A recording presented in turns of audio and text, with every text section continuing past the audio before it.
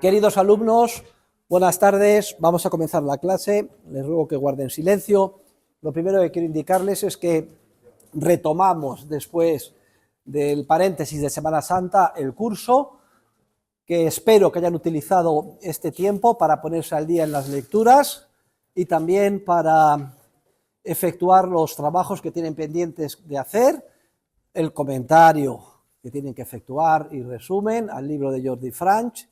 La mayoría de los alumnos de grado van al día, pero hay otros que van retrasados. Por favor, pónganse al día y tengan en cuenta que nos queda básicamente un mes de clase. Es decir, que nos quedan 8 clases y en esas 8 clases vamos a terminar, Dios mediante, porque me puede dar un infarto y a lo mejor no lo terminamos, pero sí, espero que sí, íntegramente el programa. Si abren el programa por la página 23, hoy iniciamos el comentario de la quinta parte, que es la que se dedica al estudio de la cooperación social en ausencia del mercado. Y vamos a dedicar 3 temas, el tema 45, el tema 46, el tema 47, 48, 49 y 50. Vamos a dedicar 5 temas al estudio del socialismo. Hasta ahora hemos visto cómo funciona una economía pura de mercado. A partir de ahora vamos a ver el caso opuesto, en el que no existe mercado, el sistema que vamos a denominar socialismo, que es a lo que vamos a dedicar la clase de hoy y mañana. Y después de esta quinta parte pasaremos a la última, sexta parte, página 26, en la que vamos a estudiar los sistemas más próximos a la realidad que nos rodea, es decir, los llamados sistemas intervenidos de economía mixta, al intervencionismo económico. A eso dedicaremos el resto del curso. Para el socialismo, la lectura es el libro mío, Socialismo, Cálculo Económico y Función Empresarial, cuya última edición acaba de ser publicada. ¿Dónde está? Saque usted el libro. Aquí, saque usted el libro que se acaba de llevar. Venga, lo vamos a enseñar que todo el mundo lo tenga. Última edición, que es la 7ª edición, este libro. Socialismo, Cálculo Económico y Función Empresarial. Este libro, ¿de acuerdo? Y el capítulo que vamos a estudiar a fondo hoy es el capítulo 3, al que vamos a dedicar el tema 45 y el tema 46. Las páginas, concretamente, son la página 87 a la página 157 del libro Socialismo, Cálculo Económico y Función Empresarial. Muy importante para todos los alumnos, todos los epígrafes del tema 45 y todos los epígrafes del tema 46 caen en el examen final. Luego no hay ninguna duda que es muy importante lo que vamos a ver juntos. Todos los epígrafes del tema 45 y todos los epígrafes del tema 46 caen en el examen final. ¿Hay alguna duda al respecto? Como también les dije que el examen va a tener 2 preguntas, lo más probable es que la primera pregunta sea sobre el libro Dinero, Crédito Bancario y Ciclos Económicos y la segunda pregunta sobre Socialismo, Cálculo Económico y Función Empresarial.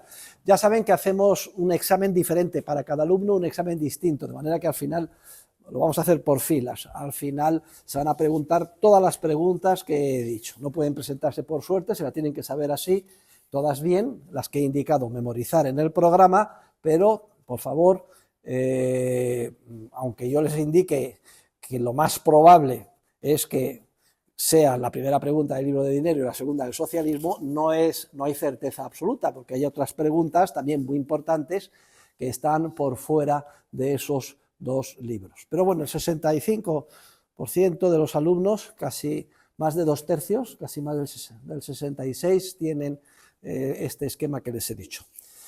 ¿Hay alguna pregunta o alguna duda? Bueno, pues entonces a ponerse al día en las lecturas y a mandarme los trabajos que tienen que hacer sobre el libro de Jordi Franch. Y hoy vamos a explicar los epígrafes correspondientes del tema 45 y el tema 46, lo que nos dé tiempo lo vemos hoy, los que no lo terminaremos pasado mañana y el jueves. Como ven, estaba previsto en el sílabus, en el programa, que esto que vamos a comentar hoy es la lectura que tenían que haber hecho para los días 19 y 21 de marzo, justo antes de Semana Santa. Para hoy, martes 2, había que leer el resto de los capítulos del socialismo, cálculo económico y función empresarial. Pero cuidado, que temas 47, 48, 49 y 50 son solo estrictamente de lectura. Es decir, no va a caer ninguna pregunta específica sobre esos temas. Los alumnos de máster, por cierto, tienen que hacer un trabajo resumen sobre esos capítulos para el otro seminario. No nos podemos entretener en todos los detalles del debate, pero sí que es de extraordinaria importancia pues tener una visión general sobre el mismo, y por eso los he puesto como lectura. No importa, yo me voy a dedicar hoy, que es martes 2, y el próximo día, que es jueves 4, a comentar los epígrafes esenciales, que son los correspondientes a los temas 45 y 46, como les he dicho. Para el jueves 4 del programa dice el mercado intervenido. Para el jueves deberíamos de empezar ya a hablar sobre el intervencionismo. No lo vamos a hacer así, lo vamos a hacer la semana que viene, en lo que a comentarios en clase se refiere. Tengan en cuenta que este curso es más bien un curso de lectura dirigida, en el que yo hago de coacher y les explico lo que considero que es más importante, les aclaro las dudas a ustedes y les oriento para que en su proceso personal de formación vayan culminando las metas propuestas. Si el jueves teníamos que, el programa dice, leer el intervencionismo, quiere decir que prácticamente les estoy pisando los talones. Es decir, que ya la semana que viene, el martes 9, empezaré con el intervencionismo. Solo llevo un día de retraso. Por tanto, tienen ustedes que ya empezar a leer este fin de semana la parte correspondiente al intervencionismo. ¿Y dónde están las lecturas de esta parte del intervencionismo y hasta el final del curso? Básicamente están en el libro de Ludwig von Mises, La acción humana, y en los libros de lecturas de economía política de un servidor. Como ven ustedes, en cada uno de los temas, en la parte entre paréntesis al final de ellos. Y hecha esta aclaración, como siempre, y antes de empezar, si hay alguna pregunta, alguna duda, o alguien quiere decir algo, es el momento. Yo les animo a levantar la mano y preguntar. A ver, ¿hay alguna pregunta, duda? ¿Qué alumnos míos tengo aquí de grado de AD? Levanten la mano. Los alumnos de grado de AD. Vale, bien. Se ha repartido a todo el mundo un artículo que se titula Default Moral, la tragedia de la drogadicción, del que es autor mi colega Alberto Venegas Lynch, y que es importante porque cuando empecemos con el intervencionismo, la semana que viene, uno de los primeros apartados va a ser la intervención del Estado en el consumo, y vamos a hablar sobre la drogadicción, el problema que plantean las drogas y la prohibición por el Estado de consumo de determinadas sustancias. Y es para que completen la lectura que va para ese día con el artículo que acabo de distribuir. ¿Alguna pregunta, alguna duda? Pasamos nuestros canales de preguntas por aquí. ¿Alguien quiere decir algo? ¿Ustedes? ¿Nadie quiere decir nada? ¿Nadie quiere decir nada? Pues muy bien. Pues vamos a empezar, sin más dilación. La última clase la tenemos para el martes 30 de abril. Señores, que esto se termina. ¿No les parece apasionante? Ay, no les veo a ustedes muy animados hoy. Bueno, vamos a hablar sobre el socialismo. Todo el mundo que abra Socialismo, Cálculo Económico y Función Empresarial por la página 87, porque vamos a ir comentando las ideas esenciales. Como siempre, yo haciendo un esfuerzo de síntesis y de destilar todo lo que está establecido en el libro. Miren, el libro se titula Socialismo, Cálculo Económico y Función Empresarial, no hay ninguna duda. Y esta parte del programa la vamos a dedicar al estudio del socialismo, no hay ninguna duda. Sin embargo, desde hace ya varios lustros me convencí que el título del libro debería de ser, sería mucho más preciso, no socialismo, sino estatismo, cálculo económico y función empresarial. No obstante, como ya el libro se había hecho muy famoso, circulaba en muchas ediciones por todo el mundo, pues era absurdo a estas alturas cambiar el título. pero cuando en su momento lo escribí, pues a nivel académico se entendía mejor lo que yo quería decir con el término de socialismo. Hoy en día el término socialismo lleva una connotación desde el punto de vista político que quizá puede inducir a error, sobre todo a muchos alumnos jóvenes que entran por primera vez en contacto con estas materias. Y pensar que estamos hablando de un partido político, de un posicionamiento político y que frente a los socialistas están los del PP, Vox, etcétera. No, vamos a ver juntos con el análisis que vamos a hacer ahora que en realidad lo que vamos a explicar es porque es teóricamente imposible el ideal de dirigir la sociedad desde arriba en base a mandatos coactivos procedentes del Estado. Es decir, lo que se conoce con el nombre de, hoy en día, estatismo, y es lo que les indicaba que considero que es más preciso para el título del libro y para la explicación de esta parte del programa. Porque a nivel de la lucha política de cada día, y tenemos que huir de ella, si como científicos sociales queremos investigar y aprender cómo funciona el proceso de cooperación social, pues en la lucha política de cada día veremos que es aplicable la etiqueta de estatista a todos los partidos políticos. En mayor o menor medida, todos lo que pretenden es hacerse con el poder para imponer su ideario. Y si se diferencian unos de otros es por los distintos fines, finalidades que quieren utilizar, que quieren imponer utilizando la fuerza coactiva del Estado. Es decir, que todos en ese sentido serían socialistas, en la terminología, digamos, ya obsoleta, o estatistas en la terminología moderna. Pero bueno, vamos a, hecha esta introducción aclaratoria, seguir con la explicación. Voy a utilizar el término socialismo, que es el que está establecido en el libro, sabiendo que nosotros, cuando yo me refiero a socialismo, me refiero a estatismo. Y lo primero que vamos a hacer es definir qué entendemos por socialismo. Esto es importante porque mi definición de socialismo no coincide con la definición tradicional, la historia del pensamiento económico en lo que a socialismo se refiere. De hecho, una de las mayores satisfacciones que yo he tenido en este ámbito, en relación con este tema concreto, fue que precisamente el presidente de Argentina, Javier Milei, en su discurso de Davos, se refirió a la necesidad de redefinir el concepto de socialismo exactamente en las mismas líneas que yo ya vengo haciéndolo desde hace años a través de mi libro. Vamos a entender por socialismo todo sistema de agresión institucional en contra del libre ejercicio de la función empresarial. Por tanto, para comprender con más detalle qué sea el socialismo o el estatismo, de acuerdo con esta definición, vamos a ver los elementos que hemos incorporado dentro de la misma. Nos referimos a un sistema que se basa en intentar organizar la sociedad desde arriba utilizando la coacción sistemática e institucional del Estado. ¿En contra de quién? En contra del libre ejercicio, de la función empresarial. Pero cuidado, aquí no se me líen ustedes, también tienen que estudiar el capítulo anterior. Cuando yo hablo de la función empresarial, la considero como sinónimo de la acción humana. Empresario viene de in emprehendo, prehendi, prehensum, que significa descubrir, ver, darse cuenta de algo, y es una de las más innatas capacidades del ser humano, una de las características más típicas de la naturaleza del ser humano.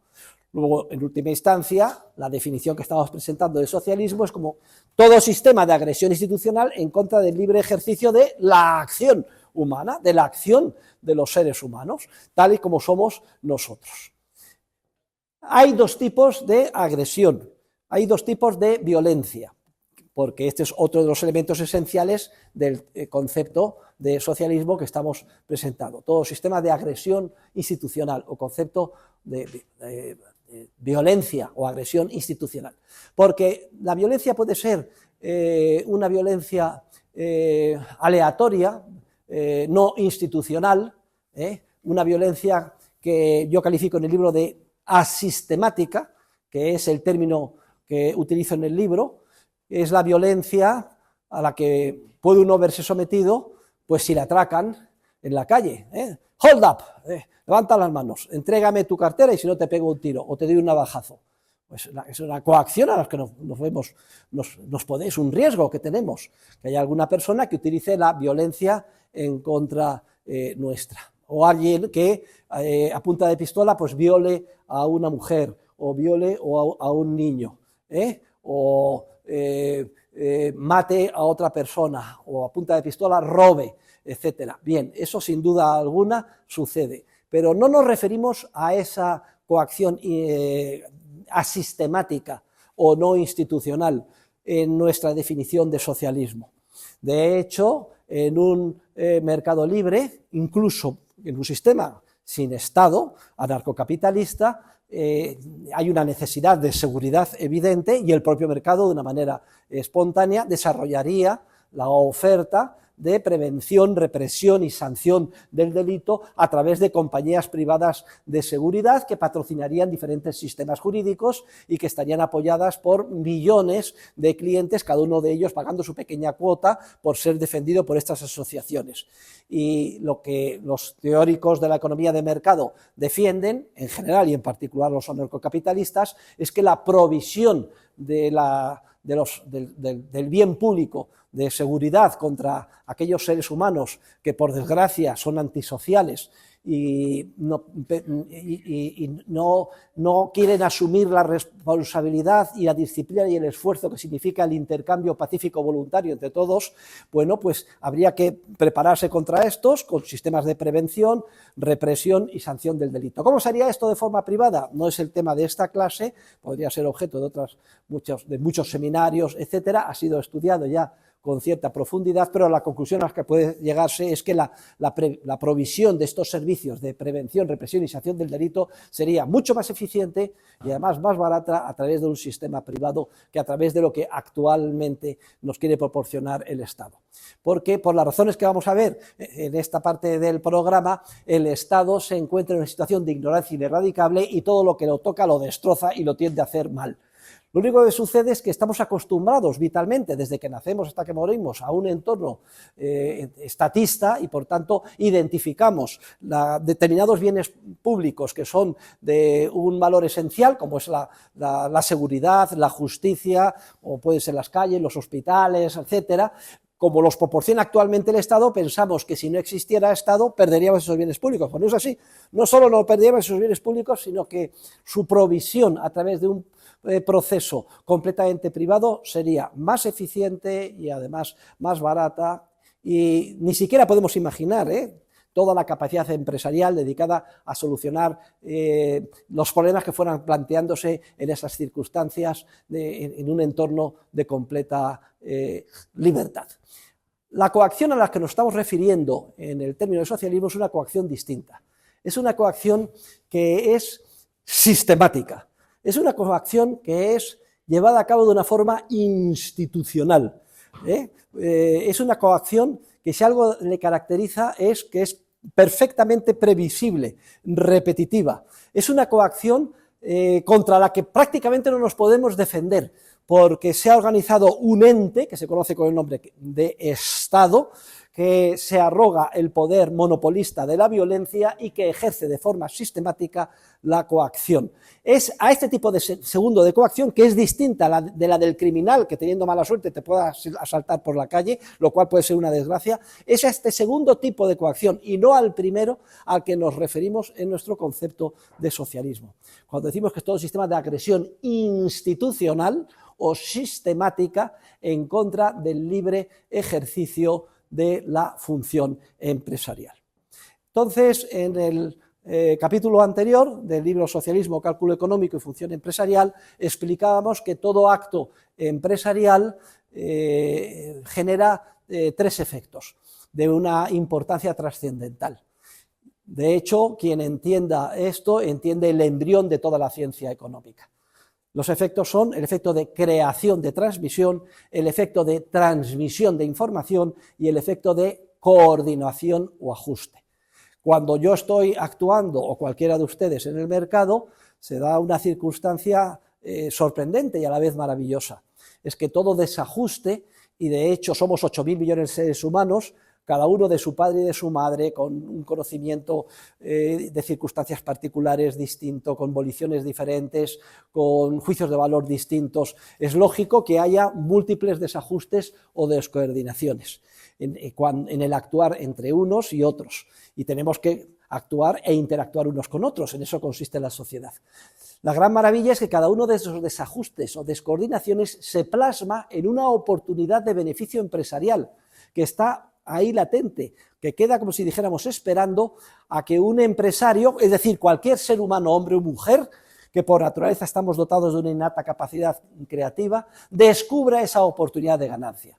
Y entonces yo, por ejemplo, me doy cuenta de que aquí se está mal utilizando un recurso por determinado actor, que es precisamente el que necesita a lo mejor con enorme urgencia a otro actor para conseguir otro fin distinto. Fíjense, cada uno persigue fines diferentes y uno en su órbita dispone de este medio y no le da importancia, y el otro está, o la otra, frustrada o frustrado porque no puede alcanzar sus fines porque carece de ese medio. Hay claramente un desajuste. Esto lo he explicado de una manera meramente formal y abstracta, pero de hecho sucede en relación con cualquier desajuste o descoordinación que surge en el proceso de interacción social, no importa en el ámbito en el que nos encontremos. Entonces, lo bonito, lo sorprendente, lo maravilloso es que la sociedad puede surgir, avanzar y prosperar a base de ir descubriendo y superando los desajustes que inevitablemente surgen en el interactuar entre todos nosotros, unos con otros. Y esto se lleva a cabo de una forma espontánea, sin que nadie lo tenga que dirigir desde arriba, porque como estamos dotados de una innata capacidad empresarial, tendemos a darnos cuenta de las oportunidades de ganancia que surgen en nuestro alrededor. Y entonces basta con que un tercero o cualquiera de las personas implicadas, eso ya es secundario, se le encienda la bombilla empresarial y descubra o crea esa oportunidad de ganancia. Dice, andad, aquí hay una oportunidad de ganancia, le compro barato a este el recurso que está mal utilizando y se lo vendo caro al otro que tanto lo necesitaba para alcanzar sus fines.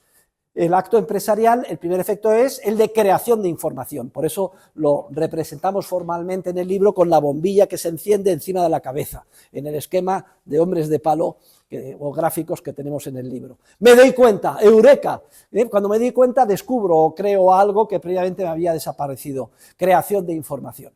Pero es que esa información no solo se crea en el acto empresarial puro, sino que además también se transmite, porque cuando yo compro barato y vendo caro, quedan reflejados unos intercambios, y si se utiliza dinero, quedan reflejados esos intercambios en forma de precios de intercambio, que son relaciones históricas de intercambio en unidades monetarias. Y eso es una información que queda ahí latente, que a su vez se utiliza por otros múltiples empresarios que están alerta para darse cuenta de que, oye, que igual que ha hecho este y ha conseguido un beneficio, yo también lo puedo hacer, y en otros ámbitos más o menos próximos, relacionados o no, o en el mismo, porque él ha dejado sin ajustar otros desajustes que le han pasado desapercibidos, y así sucesivamente. Los precios son unas señales poderosísimas, porque conllevan una información de enorme valor en oleadas sucesivas en el mercado, y además de una manera muy comprimida, el mínimo esencial, y todos nos tendemos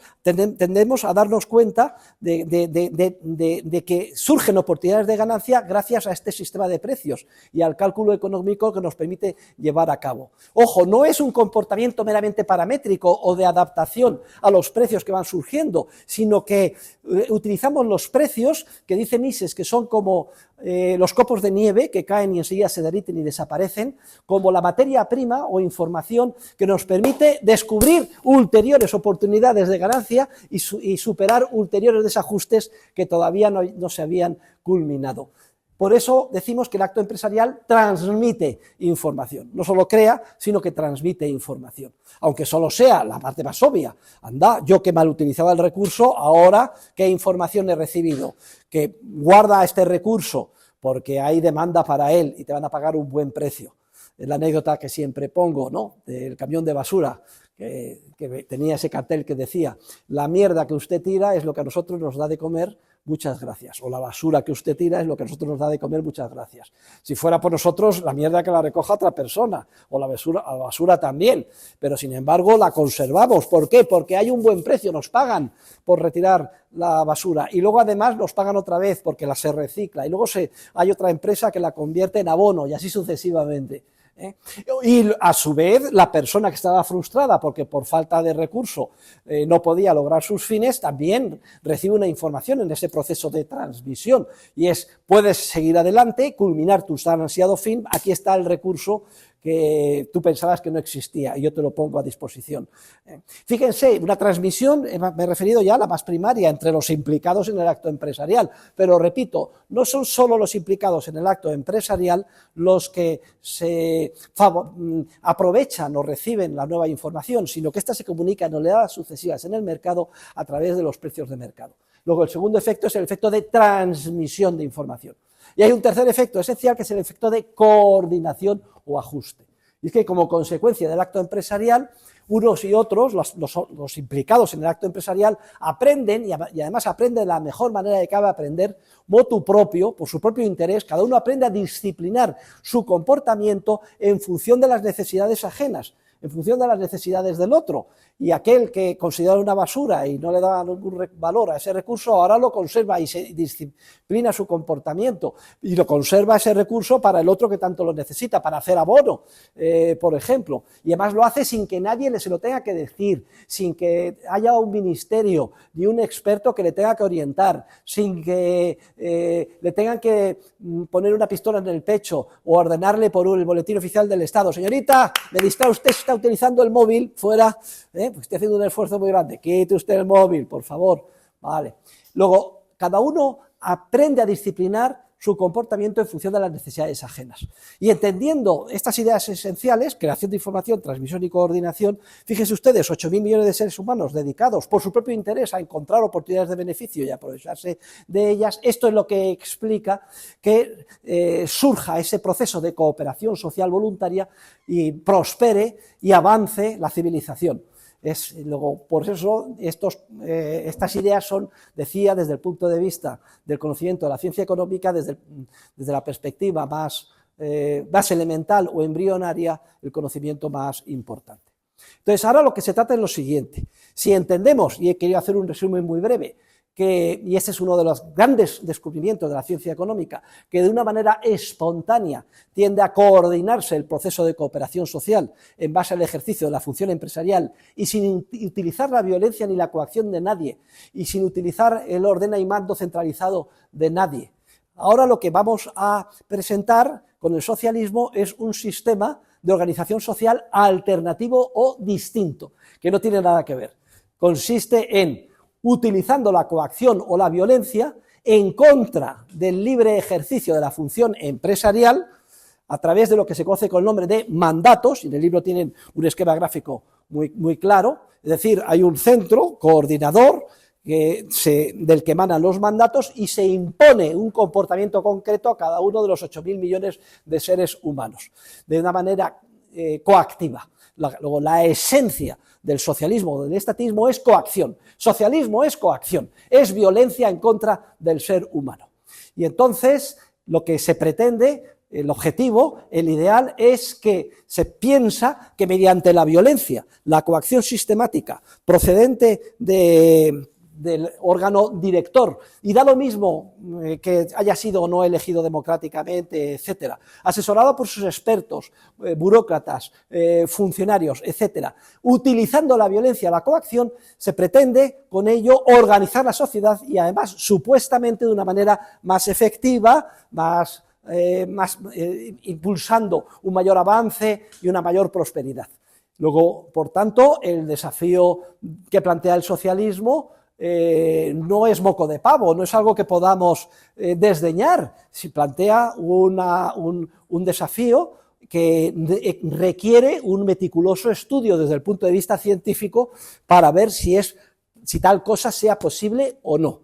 Luego nos damos cuenta que hay dos sistemas como de cooperación, organización social: el basado en la libertad, dejar la libertad al ser humano, que de manera espontánea busque sus oportunidades de ganancia e intercambie voluntariamente con los demás, ya hemos demostrado que esto crea información, transmite y coordina, y un sistema alternativo el que dice, no, eso es como decía Marx, es la anarquía del mercado. Hay que imponer por la fuerza en base a mandatos coactivos lo que se considera justo, y que es esto de que cada uno haga lo que quiera. Los 8.000 millones de seres humanos tienen que cada uno tener unas instrucciones y cumplir sus objetivos y que se les imponga por la fuerza, que sería el socialismo o el estatismo, como venimos hablando. Luego, yo creo que ha quedado muy clara la definición de socialismo o la definición de estatismo, y ha quedado muy claro el desafío. Como dice Mises, se trata de un desafío que no puede desdeñarse. Hay millones de personas que han muerto pensando que tal cosa fuera posible. La ciencia económica tiene que pronunciarse como resultado de un análisis meticuloso sobre si es posible o no cumplir el ideal socialista. Es decir, organizar de manera coactiva la sociedad en base a mandatos. Y es lo que vamos a hacer ahora, el siguiente paso. Si pasan ustedes a la página, vamos a ver, 93, iniciamos el análisis teórico sobre la posibilidad del socialismo. Y para que sirva de hilo de conductor a mi comentario, a la lectura que ustedes ya han efectuado con detalle en el libro de texto, vamos a empezar por la conclusión. Y es la conclusión a la que llegamos, en términos de ciencia económica, es que el ideal del socialismo es científicamente imposible. O dicho de otra forma, que el socialismo es un error intelectual. Aquí no estamos hablando, por tanto, y por eso he hecho esta salvedad al comienzo de la clase, y por eso el peligro que supone utilizar el término de socialismo. No estamos hablando de consideraciones de tipo político, de que es que este partido está en un error, yo prefiero votar al otro. Olvídense de la política, no tiene nada que ver. Aquí estamos hablando en términos estrictamente científicos y hemos planteado un desafío intelectual. ¿Es posible organizar desde arriba la sociedad en base a mandatos coactivos y conseguir el nirvana social aquí y ahora? Porque si tal cosa fuera posible, esto desde luego tendría unas conclusiones y unas implicaciones a nivel de la humanidad impresionantes. Y la conclusión a la que vamos a llegar es que, desde el punto de vista de la teoría y de la ciencia económica, es teórica, científicamente imposible organizar la sociedad desde arriba en base a mandatos coactivos. O dicho de otra manera, que el estatismo es un error intelectual. Y es un error intelectual básicamente por las siguientes 4 razones. Yo solo me limito muy rápidamente a explicar de una manera muy sintética y destilada, repito, lo que son decenas y decenas de páginas en el libro, con sus correspondientes notas a pie de página, discusiones, etcétera. Pero yo creo que ustedes sobre todo se benefician de esta visión genérica que doy sobre la esencia de lo que han leído o están estudiando en este curso. Y las 4 razones son las siguientes. En primer lugar, es imposible que el gobierno, y no importa cuál sea el color, el partido político, no importa lo buenas que sean las personas que se encuentren al frente del mismo, siempre y cuando sean seres humanos, no vamos a pensar, piensen ustedes la persona más buena que puedan imaginar, siempre y cuando sea un ser humano. Yo que sé, la Madre Teresa de Calcuta, cada uno tendrá su ideal, ¿no? de buenismo, el Papa Francisco, o el presidente Sánchez, o Feijóo, etc. No importa quién esté al frente, es imposible que el gobierno, y esta es la primera razón, se haga con la información que necesita para dar un contenido coordinador a sus mandatos. Y ello, en primer lugar, por razones de volumen. Estamos hablando de un volumen de información inmenso que ni siquiera podemos imaginar. Porque para dar un contenido coordinador a sus mandatos, tiene que hacerse con la información que continuamente crean y generan en su cabeza cada uno de los 8.000 millones de seres humanos, desde que se levantan hasta que se acuestan.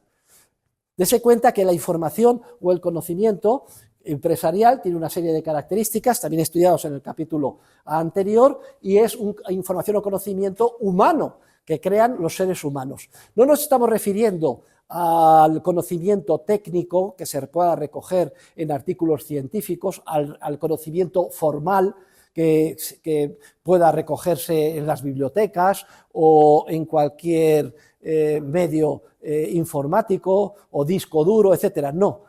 Estamos hablando del conocimiento empresarial, que es el que continuamente genera o descubre el ser humano desde que se levanta hasta que se acuesta y que tiene una serie de características que están estudiadas en el capítulo 2 y ahora que con motivo del estudio del socialismo vamos a repasar.